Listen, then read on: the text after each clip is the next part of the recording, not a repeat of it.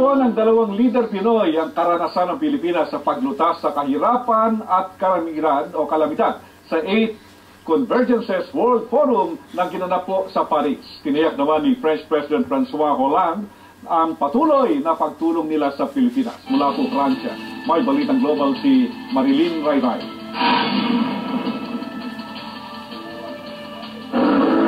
Daan-daang young professionals, estudyante, media, advocates at corporate representatives ang nagtipon-tipon sa 8 Convergences World Forum dito sa Paris.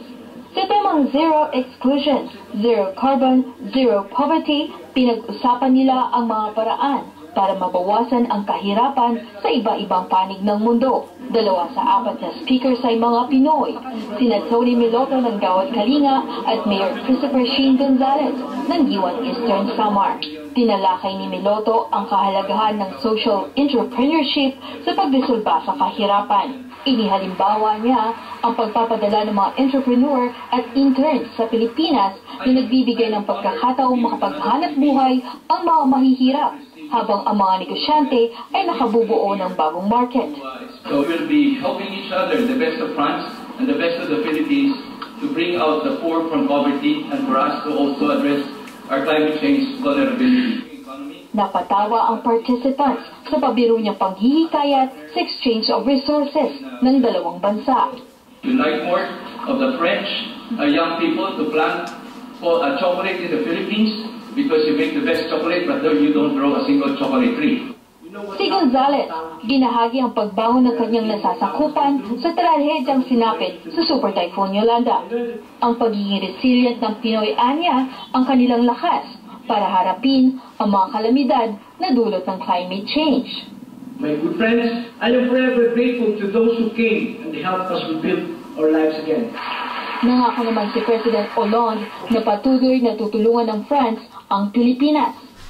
C'est ceux qui viennent de loin et que j'avais rencontrés lors d'un certain nombre de déplacements, je pense notamment aux Philippines, et j'avais fait une promesse dans votre commune, c'était d'être capable non seulement de réunir une conférence à Paris. Ang malaking bagay po ito sa bayan natin, sa Pilipinas.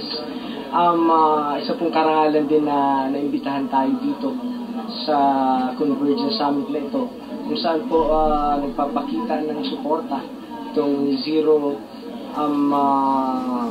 carbon at saka zero poverty, at saka narinig naman po ng lahat kung paano po nag-remind ni President Hollande yung commitment niya para sa Pilipinas at para sa bayan ng Giwan.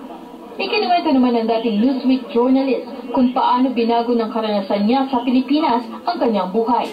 Ended up quitting my job as a business journalist and going on a journey to GK communities all across the Philippines. That was a 1-year journey, and my stories, my experiences of learning from these incredible communities, from the spirit of Bayani and Walang Iwanan, is what this book is really about. Babalik si Tony Miloto sa Paris para maging speaker naman sa gaganaping Conference of Parties o COP21 sa buwan ng Disyembre.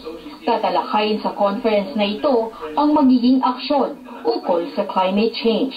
Marilyn Rayray, ABS-CBN News, Paris, France. Habang